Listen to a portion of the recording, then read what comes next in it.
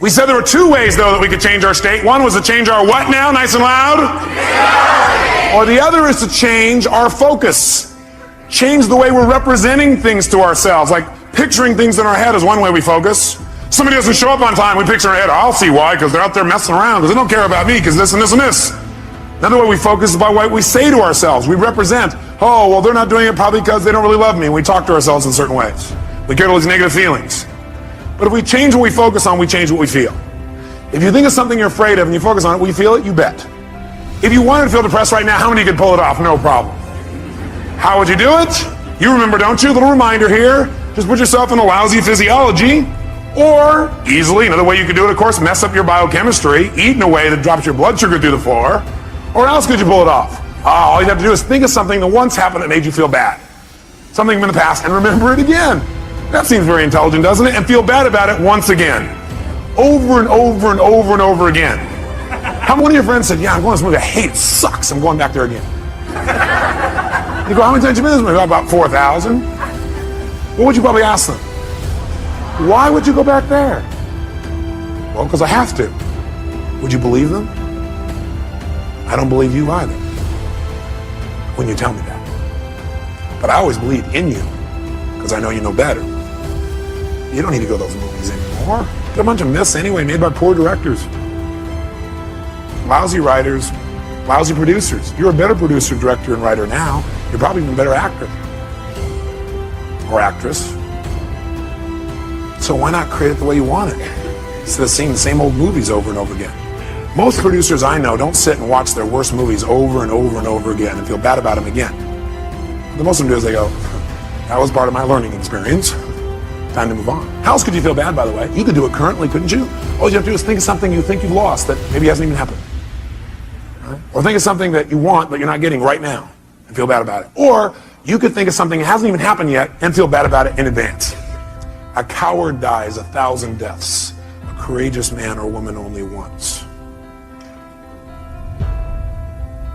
Because a coward runs it through their head about 8 million times and feels like they're dying 8 billion times. If you have any faith, any courage, then if it really ever does happen, you'll just deal with it once. You feel the pain only one time instead of stacked over and over and over and over again. If you want to feel good, could you do that? Sure. Would a producer go back to some of their best movies and see them again, do you think? Yes or no? Would they even share some of those movies with their friends? You know what some people do? Some people actually take the worst movies of the past and go share them with their friends, their worst movies. Tell them all about all the gory details of it. And the friend goes, yeah, that's really great. Yeah. See, a real great producer director shows them their current films, shows them some examples of films that are about to come called previews. Previews are rather exciting usually. Or they show them the best films of their past and share those with them so that people get to enjoy more of their life. Maybe even learn something. Who knows? But you could remember something that once happened that was great, feel good about it. You could think of something right now that you could feel great about, or you could think of something that hasn't even happened yet and feel good about it in advance. What determines what you focus on, though, is one thing. Questions you ask yourself. Questions you ask yourself determine what you focus on in that moment. What questions you ask are usually controlled by your beliefs. But you could ask any question, but unless you do it consciously, you'll just ask the same questions that are in alignment with your old beliefs, your old BS belief systems. So the bottom line is we've got to ask better questions. And I will tell you the question I want you to learn to ask the next time you get upset with someone. This is the first question I would ask myself if I were you. What else could this mean? What else could this mean? I will know a person is intelligent when I say this and this happened. I started to get upset, and I thought to myself, well, what else could this mean? You know, maybe it doesn't mean what I think it means. Maybe they weren't really being harsh. Maybe what it means is they're stressed. Maybe what I'm hearing from this person about what they said about me is not true. Maybe what it really is a distortion. Not that they mean to distort, but it's a distortion. Maybe what I've heard this person said about me is a deletion. Maybe this person is generalizing. Maybe this person heard it through somebody else. Maybe that person misinterpreted what I said. Maybe this whole thing isn't accurate.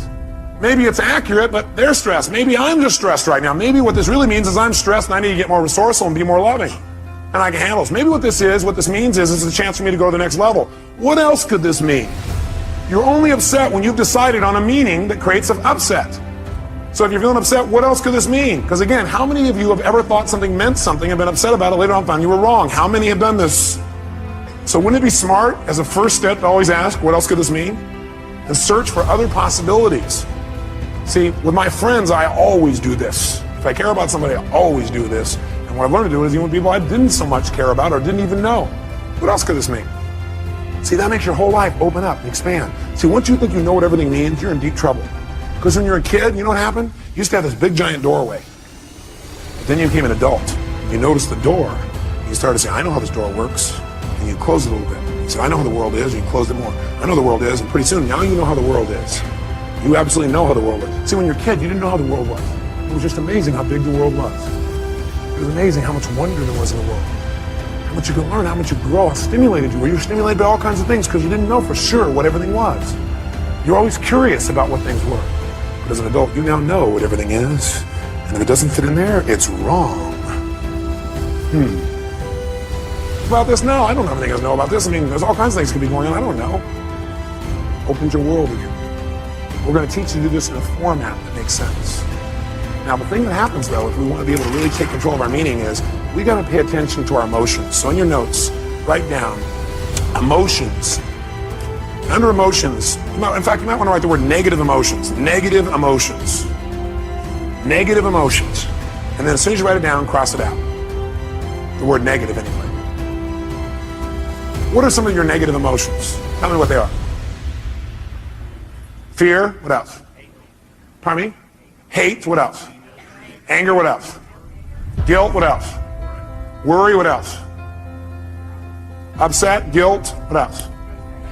Frustration. I got a question for you. Are they really negative? I'm here to tell you there's no way they're negative. Every emotion you've ever had in your life serves a purpose. The reason it's negative is you've been calling it negative instead of getting the message it's been trying to give you. Every emotion you have, including those you think of as negative, those ones you call negative emotions, I call them emotional messages. I also call them calls to action. All those negative emotions, as you used to label them, are really a call to action. Fear is a call to action. By the way, do you feel that call to action in your body when you're afraid? Yes or no? Does your adrenaline start pumping? Your whole system start gearing up? Emotions are a call to action. And the call to action says one of two things has to happen in that call to action. It's a message. Every emotion is a message. A call to action. And the action and the message it's trying to give you is that you need to change either, number one, your perception of this, or number two, your current actions. Every negative emotion you've ever felt is not negative. Now, you may be overusing them, I'll agree with you. You may be indulging in them, I agree with you. You may not be getting the message from them. What's making it negative is you're not getting the message it's trying to give you. But every emotion, fear, frustration, hate, anger, guilt, all of those emotions are here to serve you if you get quick the message. What most of us do is we just indulge in the emotion.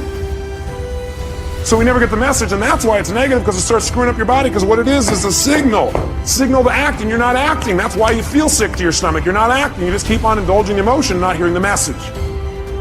So the message is always, you must change something. Negative emotions are saying you got to change something. Either change the way you're perceiving this, change the meaning you link to this, change your perception, change your focus, or change your actions. Change what you're doing because it isn't working. That's why you're having that emotion. Don't make your emotions wrong. Appreciate them. Be grateful for them, but immediately then ask yourself, hey, what's the message that my emotion's trying to give me here? What do I need to change? My perception or my actions? Does this make sense? Yes, no? So then, how do we make use of it? Well, first of all, notice this. How do most of us deal with our emotions? Well, most of us deal with our emotions by suppressing them. In fact, before you write that down, actually, I put over here 4 ways to deal with emotions. 4 ways we deal with emotions. I think the number one way most people deal with their emotions is they try to avoid them. By the way, how effective is that? No. You might do it for a moment or two, but most people, they just try to avoid feeling. Isn't that true? People who don't like to feel negative feelings are so afraid of negative feelings, they try not to feel any feelings. Now, if you don't feel any feelings, you really are going to have some pain. Because that's what life is for. Part of the juice of life is expressing and feeling. But sometimes people have so much pain, they say, I don't want to feel anything.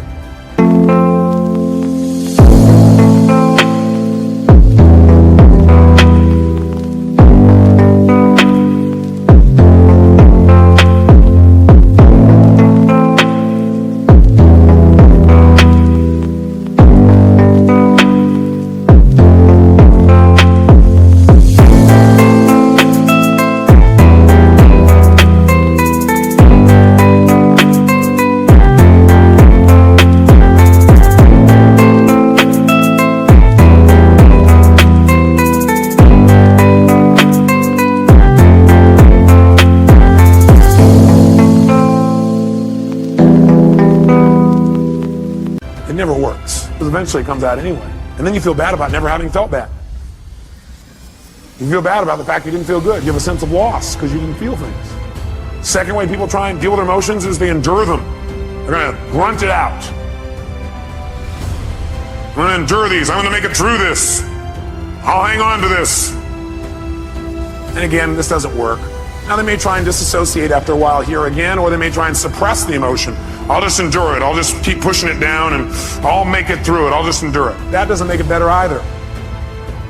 Third way, what some people do, I don't know if you've ever seen this happen. I'm sure you've never done this. People compete to see who feels the worst. Some people do is they keep track of their emotions so they can share them with other people and compete. So somebody says, oh man, I feel like hell. Oh, you feel like hell. Let me tell you how I feel. You think you got a problem? Let me tell you my problem. You think you got the biggest problem? Check out my problem. It stands out to here. And people sit there and try and argue about who's got the worst problem. Right? Or the fourth thing that I don't have up there that I'd say, the fourth thing that people do is try and share their pain, share their problem. They think, oh, I can get rid of my emotion by sharing with others. So they try and get other people to feel bad too. That way we'll be friends. We can share in the pain together. We must love each other. Are these very intelligent ways to deal with your emotions, yes or no? No, you don't want to avoid them. You don't want to endure them. You don't want to compete for who's got the biggest and worst emotion. Try and make yours worse than somebody else's. You don't want to share them. Make them feel bad too. What a friend you are. Instead, what you want to do is step 5. Learn from them and utilize them. You want to learn from them and utilize them. Now, in order to learn from them and utilize them, in order to change an emotion, we have to change what something what's to us. Starts with an M. We have to change what something what? Means to us. When we change what something means, we transform our emotion. We have a transformation. Does that make sense? In other words, if I'm feeling really upset about something, I'm angry, angry. Do I have to communicate that to get off my anger? No, not necessarily. I'm angry because of the meaning I linked up. What if I change what it means in my head and I realize, hey, that's not what it means? Then will I feel angry, yes or no? Yes or no? If I'm really angry about something, I'm angry because of what I've linked up to it. I'm saying, well, I'm angry because they did that and that means this. But if I really analyze it and I look at it for a while and I go, God, that's a bunch of crap. It doesn't really mean that. Then I've transformed my feeling. Do I now have to go to that person and say, what you did made me angry?